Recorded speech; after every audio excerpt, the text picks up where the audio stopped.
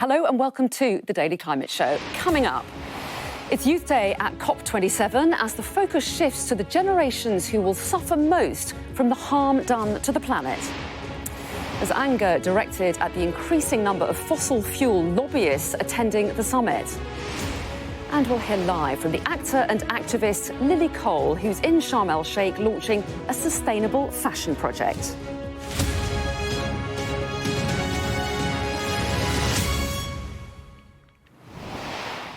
Hello and welcome to the Daily Climate Show, where we track the changes to our world and interrogate some of the potential solutions to the climate crisis. Now, we're 4 days into COP27, but there's still a fair way to go before the delegates in Sharm el-Sheikh wrap up for the year and potentially agree on some meaningful action to help curb climate change. With the exception of Joe Biden, who flies in tomorrow, world leaders have now departed, leaving it to the remaining 33,000 or so delegates to negotiate. Today, though, the focus has been on our future leaders and the people most likely to be affected by the decisions made in Egypt. It's Young and Future Generations Day, a day that's marked at every COP summit. Well, we spoke to one of the youngest delegates, an 11-year-old climate activist from India, who you can see here protesting against plastic pollution at the Taj Mahal. And she told us what's made her such a passionate campaigner. I have born in Manipur, which is a small carbon-negative state of India bordering Myanmar and which is full of rich biodiversity hotspots. But I have grown up in Bhubaneswar, Odisha for my schooling. My life was hit by Cyclone Titli in 2018 and Cyclone Fani in 2019. And after that, I moved to Delhi in 2019. Again, my life was missed completely, again due to the high air pollution level and heat wave crisis in Delhi. So all such incidents I have faced in my young life turns me into a child climate activist.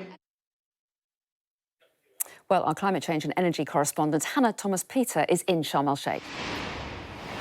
It's Youth Day and Science Day here at COP27 in Sharm el-Sheikh, and it's very, very busy, so excuse us while we'll weave through the crowds, just trying to show you a little bit of what this is all about. This is the Children and Youth Pavilion, and it was opened by Barbados Prime Minister Mia Mottley, who's a bit of a rising star in the climate crisis movement. It's become a bit of a hub for activism. And we've heard from a lot of youth activist voices today demanding justice and equity, in particular arguing that they are the future, the voters of the future, the consumers of the future, and they demand change now. There have been big protests too, of course, about environmental activists and their freedoms to protest. And there's been a lot of concern about the number of fossil fuel lobbyists who are here on the ground at COP27. Reportedly some 600, more than all the island nation delegates combined. But all eyes really looking forward now to the arrival of United States of America President Joe Biden. He's going to give a speech here. Can he inject some momentum into proceedings?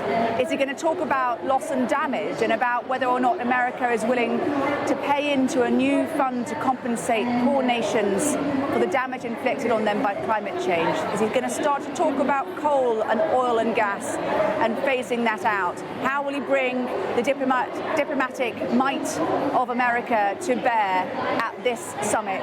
Because I think it's fair to say it still is in need of some momentum so that the people assembled here, and there's nearly 40,000 of them, can have real hope that 1.5 degrees of warming is still very much within sight. And don't forget, you can get all the latest news from COP27 on our live blog. Just scan the QR code that's on screen now. Well, let's take a look now at some of the other climate news of the day. And climate justice activists have been protesting at COP27 today, demanding that the world's biggest polluters are kicked out of the conference. More than 600 lobbyists for the fossil fuel industry are registered to attend the summit. That's up more than a quarter on the number at COP26. And hundreds of people have gathered to highlight the murdered and jailed environment and human rights defenders whose names were read at the biggest protest at the summit so far. Meanwhile, back in the UK, climate protesters from Just Stop Oil have caused disruption on the M25 for a fourth day in a row. 2 people were arrested for causing a public nuisance, and another 5 suspected activists were arrested in a car with climbing equipment and banners. Water and fizzy drinks are now free, and food is half price at the summit after delegates struggled to find enough to eat or drink in the first few days. This has been welcomed by delegates in Egypt, who have previously complained that the limited food and drink was being sold at New York and London prices. Some have even said that the move could help to make meaningful agreement at the summit more likely. Now, it may not be quite as visibly damaging to the planet as a coal-burning factory, but fashion is one of the most polluting industries on the planet. Garment and footwear manufacturing and supply accounts for up to 10% of global carbon dioxide output. Human exploitation is also a significant challenge in a sector where international chains of production make it difficult to find out how or even where our clothes and shoes are being made. In order to address growing consumer concern about where their clothes are coming from, the United Nations Economic Commission for Europe has launched a project for an international initiative to enhance transparency and traceability in the industry. Well, joining me now from the Extreme Hangout at the Climate Summit is the model, actor and ambassador for the project, Lily Cole. So, Lily Cole, lovely to have you on the show. Thanks so much for joining us. So explain to us why you feel that transparency and traceability is such an important issue for the fashion industry.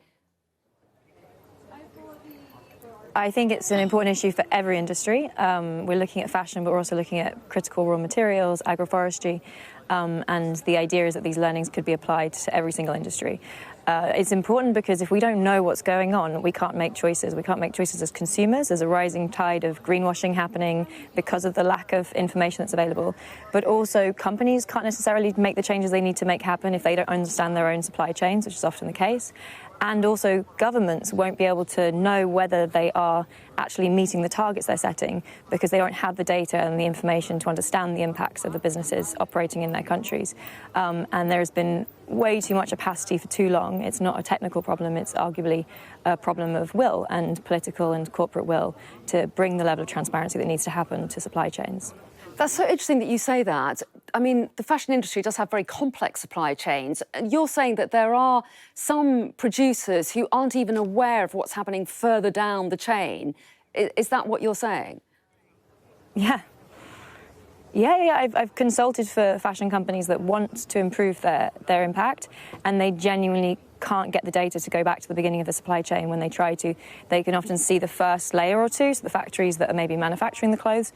But if you ask them where does the cotton actually come from, who are the farmers, what are the impacts on the ground at the very beginning of your supply chain, they often don't have access to that information. And if you imagine we live in a world where it's been shown that Google's algorithms can understand that a woman's pregnant before she even knows she's pregnant, that's how well data can understand customers. I don't think it's a technical problem. It's a problem of where we focus our energy, and we could get this level of data and information so that customers can make better choices, companies can make better choices, and ultimately governments can do the job and regulate and track the goals that are being set. And we know that there are lots of challenges in making sure that the industry has less of a carbon footprint. But is it particularly bad as well because of the frenetic pace at which it moves, the fact that fashion drives change constantly? Yeah, I think that's a very good question. And that's the other thing I've been trying to talk about this week is it's not just transparency, it's also the rate of production, consumption and growth.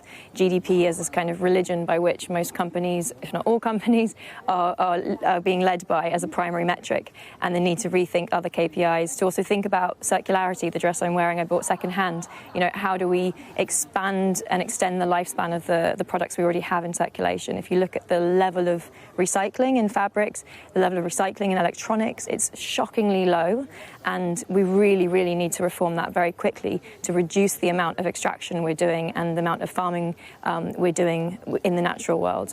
So, yeah, questioning business models, questioning the central position of GDP growth as the key metric, and looking at circularity feel essential to go anywhere near the targets we're setting. And on that point, I would just say, you know, the UN has called for all industries to halve emissions, 45% reduction by 2030, to stay within safe planetary boundaries. Many fashion companies have made the commitment to halve their emissions by 2030. But if you look at the data, year on year, emissions are still going up around the world. And so there's this huge gap between the pledges that are being made, the promises that are being made, and the actual data of what's happening. And the reality is we can't greenwash physics. Like, physics is not going to be greenwashed, you know? So we have to be really truthful and really realistic with ourselves as individuals, as communities, as companies, as countries, as an international community, to get very realistic about making sure the pledges we're making are being put into practice and taking the probably quite radical actions that need to happen in order to put those pledges into practice. OK, Lily Cole, very interesting to talk to you, rather.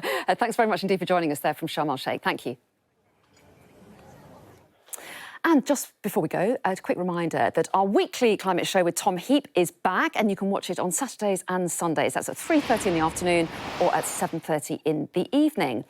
And of course, we'd love more questions from you. You can scan the QR code here, or you can go to any of our social media accounts and put your questions in the comments, and Tom will answer some of your questions on his show. But that's it for today. Do join us again tomorrow at the same time for the very latest on COP27. Thanks for watching.